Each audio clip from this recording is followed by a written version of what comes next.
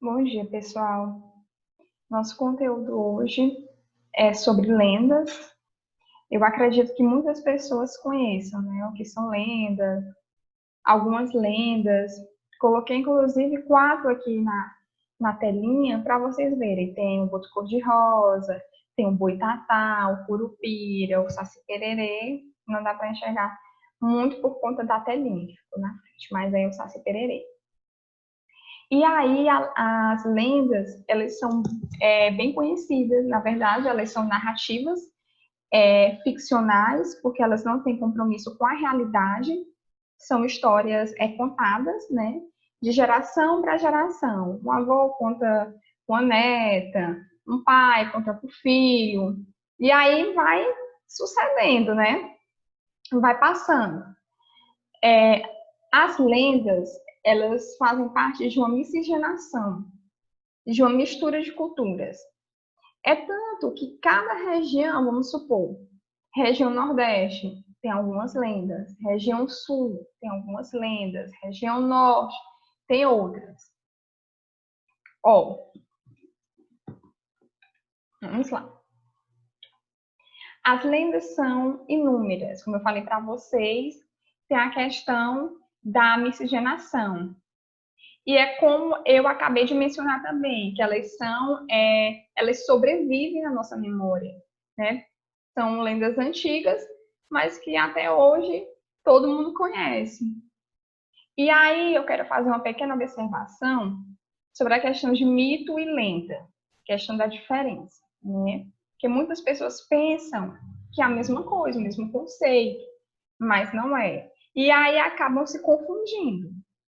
Mito é o personagem a qual a lenda se trata. Lenda é a história que, digamos que, conta sobre um determinado mito. Por exemplo, um Cabeça de Cu. O personagem do Cabeça de Cu, ele se chama Crispim. Crispim é um mito, porque a história do Cabeça de Cuia gira em torno dele. Então, Crispim é um mito e a lenda é chamada de Cabeça de Cuia. Inclusive, é uma lenda nossa aqui do Nordeste, né? Das margens do Rio Parnaíba. E é como eu falei para vocês, é um gênero de narrativa de ficção, onde tempo e espaço são sempre indefinidos e o narrador é observador. Importante dizer que o narrador ele não participa da história, o narrador observador. Ele fica, digamos, do lado de fora apenas contando a história, ele não participa. E aí as lendas, como eu coloquei aqui, elas procuram explicar fenômenos da natureza, como uma formação de cascata, ou do dia e da noite. Tem algumas lendas que eu acho bem interessante, que elas falam a questão da proteção da mata, né? Que os mitos que são os personagens em que a lenda gira em torno, eles são defensores da mata. E aí a lenda ela também retrata a questão de características de seres humanos e de animais. Eu coloquei algumas lendas para vocês verem e entenderem melhor, para vocês conhecerem também, porque tem algumas que tem as que são mais famosas, né? Mas tem algumas que não são tão famosas assim. Então é importante saber que o narrador é observador, a diferença entre mito e lenda, a questão da mistura de características de seres humanos e de animais. Às vezes, a mula sem cabeça, por exemplo, foi uma mulher que se envolveu com um padre, né? E o castigo dela foi esse, ficar com esse corpo e a cabeça saindo, faísca, saindo fogo, né? Foi o que eu falei para vocês, que são lendas por regiões do Brasil. Então, cada região tem a sua lenda em específico. Por exemplo, na região norte, nós temos o curupira, nós temos o boitatá, tem a lenda também da mandioca. O curupira, que é um dos mais conhecidos, que é um menino que tem os pezinhos ao contrário, né? Que ele protege a mata, né? E além de proteger a mata, ele oferece cachaça, ele oferece fumo para os caçadores também, né? E para que ele usa aqueles pezinhos? Ele usa aqueles pezinhos para confundir as pessoas por conta da direção. Então, aquilo ali é um propósito dele, certo? O boitatá também é bem interessante porque é uma cobra, né? Que solta fogo.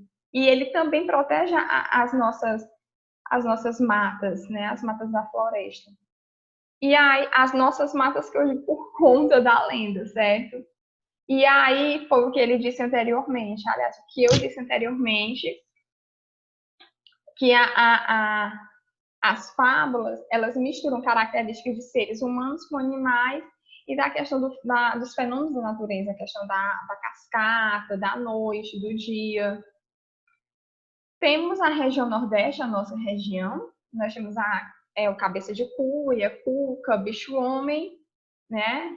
A cuca que tinha no sentido do pica-pau amarelo, né? E aí as criancinhas tinham medo, sempre medo da cuca. Ela tinha um caldeirão enorme. E tem o cabeça de cuia, né? Que é o Crispim, que ele, quando chegou em casa, a mãe dele estava fazendo uma sopa como de costume, e aí tinha uns ossos na sopa. E aí ele matou a mãe com esse osso. E foi a própria mãe dele que amaldiçoou ele, que ele ia ficar com a cabeça em formato de cuia, né? E que ele só se livraria desse castigo se ele devorasse as 7 Virgens Maria. E aí até hoje, digamos assim, até hoje no modo de contar, né? Ele procura essas Virgens Maria, 6, 7, mas para devorar, mas ele nunca encontrou. Então acabou que ele acabou morrendo doido, né? Ficou louco e morreu. E muitas pessoas, às vezes, vão tomar banho no Rio Parnaíba e ainda acabam dizendo, cuidado com cabeça de cuia, cuidado com cabeça de cuia. Mas não existe cabeça de cuia, tá, gente? É só uma lenda. Mas eu morria de medo também do cabeça de cuia. Região Centro-Oeste. Tem o Pai do Mato e tem o Arranca-Línguas. O Pai do Mato, algumas lendas eu acho bem interessante porque elas protegem a natureza. São os personagens que protegem a natureza. Por exemplo, o Pai do Mato. O Pai do Mato, ele protege o meio ambiente, né, dos caçadores, e ele usa porcos para acompanhar ele. Inclusive, tem um que ele é como se fosse o cavalo dele, né? Ele fica sempre em cima, rondando o meio ambiente, rondando a mata, certo? Temos o Negrinho Pastoreiro no sul e o Mão de Cabelo também no sul. O Mão de Cabelo, ele é um monstro, né? Um mão de cabelo que tem as mãos cheias de cabelos. E ele costuma assustar criancinhas que fazem xixi na cama, certo? E tem a região sudeste, que é a Porca dos 7 Leitões, né? Que era uma madame que adorava maltratar os seus empregados.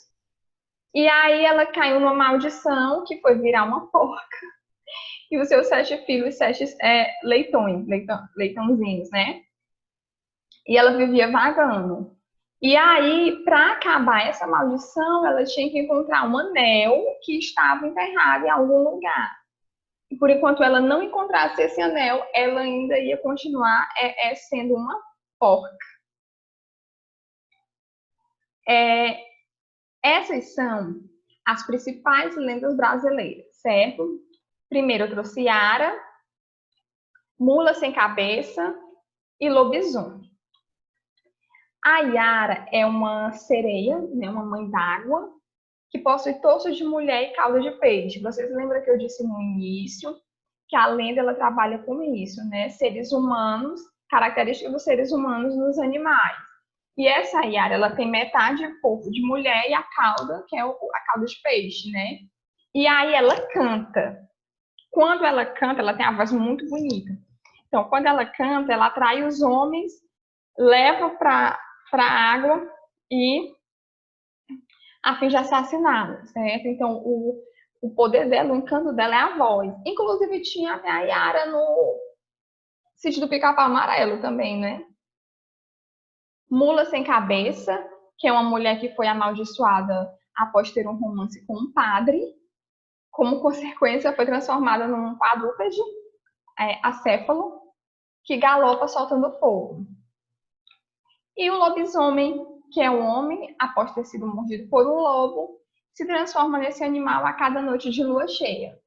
Muita gente ainda fala sobre o lobisomem. E aí eu não coloquei o Saci Pererê. O Saci Pererê também ele é bem famoso, né? É